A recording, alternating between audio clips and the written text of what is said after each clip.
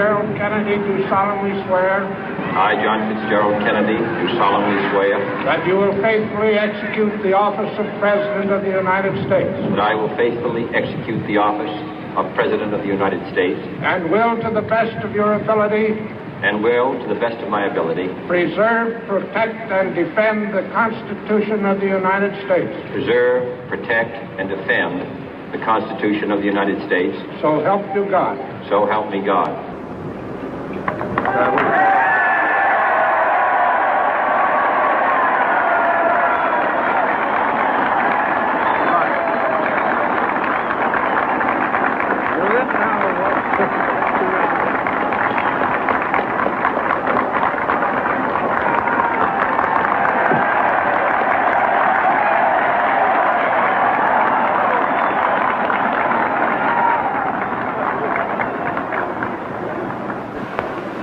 Vice President Johnson, Mr. Speaker, Mr. Chief Justice, President Eisenhower, Vice President Nixon, President Truman, Reverend clergy, fellow citizens. We observe today not a victory of party, but a celebration of freedom, symbolizing an end as well as a beginning, signifying renewal as well as change. For I have sworn before you and Almighty God the same solemn oath our forebears prescribed nearly a century and 3/4 ago. The world is very different now, for man holds in his mortal hands the power to abolish all forms of human poverty and all forms of human life. And yet the same revolutionary beliefs for which our forebears fought are still at issue around the globe. The belief that the rights of man come not from the generosity of the state, but from the hand of God. We dare not forget today that we are the heirs of that first revolution.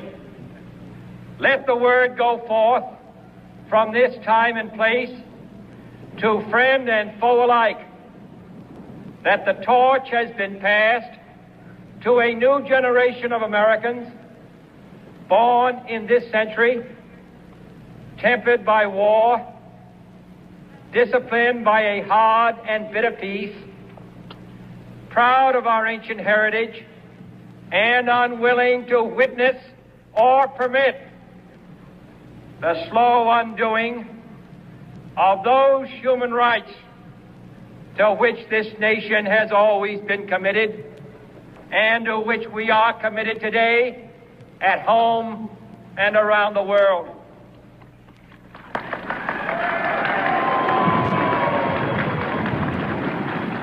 Let every nation know, whether it wishes us well or ill, that we shall pay any price, bear any burden, meet any hardship, support any friend, oppose any foe to assure the survival and the success of liberty.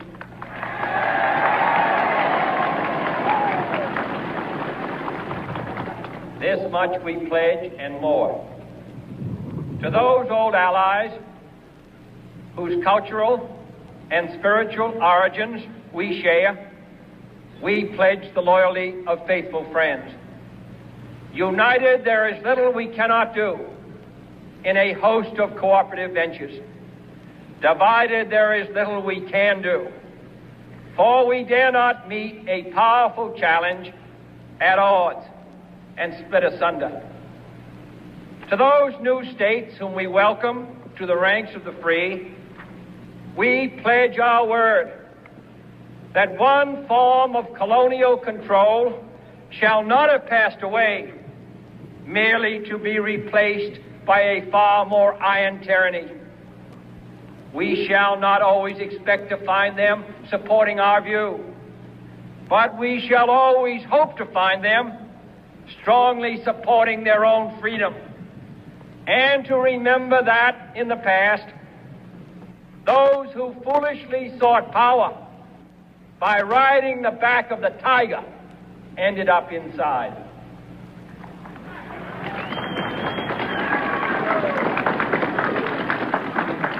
To those people in the huts and villages of half the globe struggling to break the bonds of mass misery, we pledge our best efforts to help them help themselves for whatever period is required, not because the communists may be doing it, not because we seek their votes, but because it is right. If a free society cannot help the many who are poor, it cannot save the few who are rich.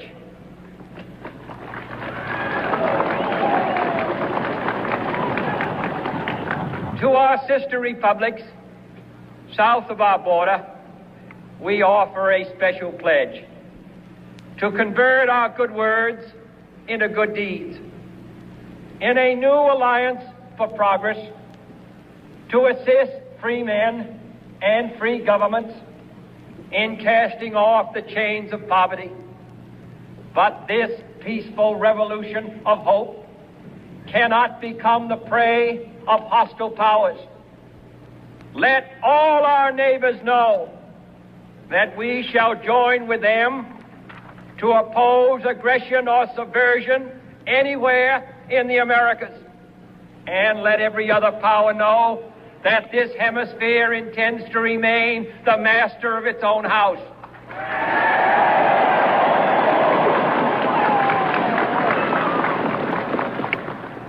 To that World Assembly of Sovereign States, the United Nations, our last best hope, in an age where the instruments of war have far outpaced the instruments of peace, we renew our pledge of support to prevent it from becoming merely a forum for invective, to strengthen its shield of the new and the weak, and to enlarge the area in which its writ may run.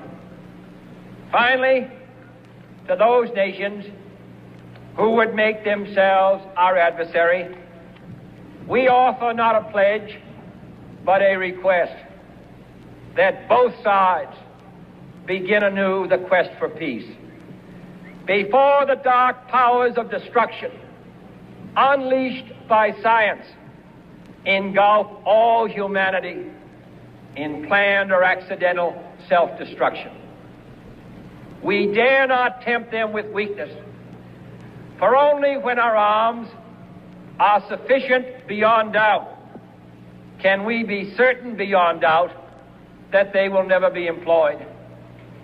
But neither can two great and powerful groups of nations take comfort from our present course, both sides overburdened by the cost of modern weapons, both rightly alarmed by the steady spread of the deadly atom, yet both racing to alter that uncertain balance of terror that stays the hand of mankind's final war.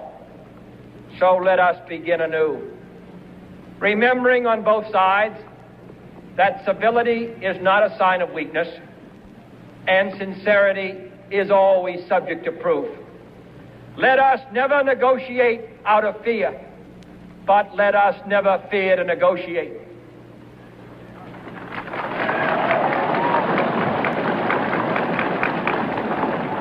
Let both sides explore what problems unite us, instead of belaboring those problems which divide us. Let both sides, for the first time, formulate serious and precise proposals for the inspection and control of arms, and bring the absolute power to destroy other nations under the absolute control of all nations.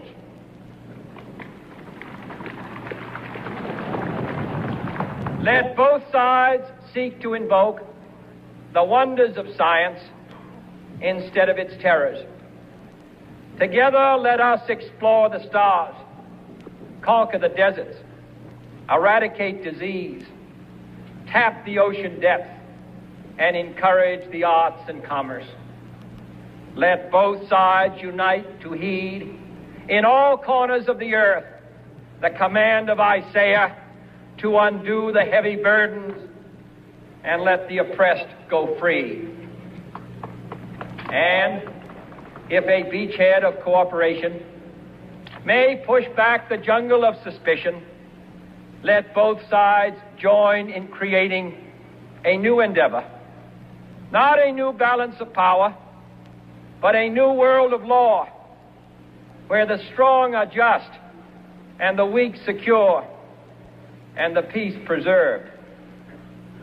All this will not be finished in the first 100 days, nor will it be finished in the first 1,000 days, nor in the life of this administration, nor even perhaps in our lifetime on this planet.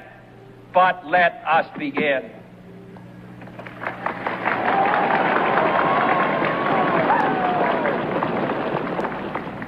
In your hands, my fellow citizens, more than mine, will rest the final success or failure of our course.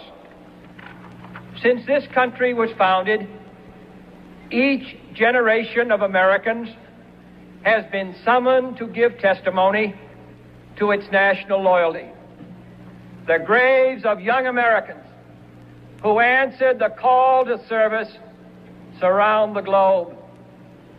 Now the trumpet summons us again, not as a call to bear arms, though arms we need, not as a call to battle, though in battle we are, but a call to bear the burden of a long twilight struggle, year in and year out, rejoicing in hope, patient in tribulation, a struggle against the common enemies of man, tyranny, poverty, disease, and war itself.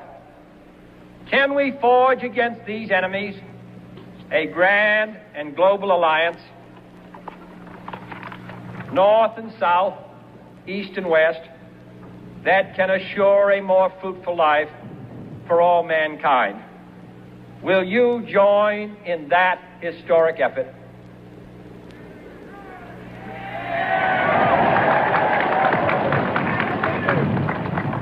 In the long history of the world, only a few generations have been granted the role of defending freedom in its hour of maximum danger. I do not shrink from this responsibility. I welcome it.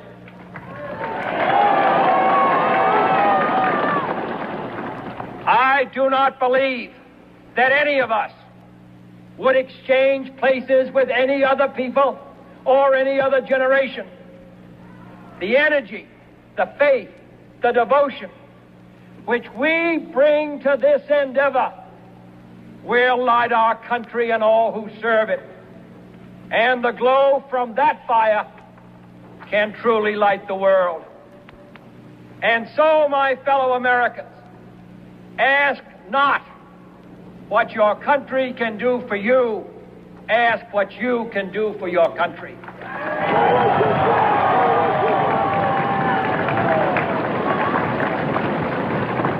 My fellow citizens of the world, ask not what America will do for you, but what together we can do for the freedom of man.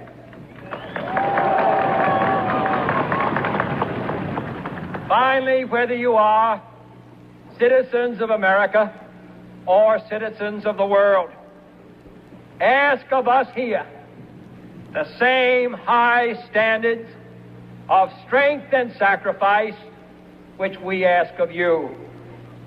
With a good conscience, our only sure reward, with history the final judge of our deeds, let us go forth to lead the land we love, asking His blessing and His help but knowing that here on earth God's work must truly be our own.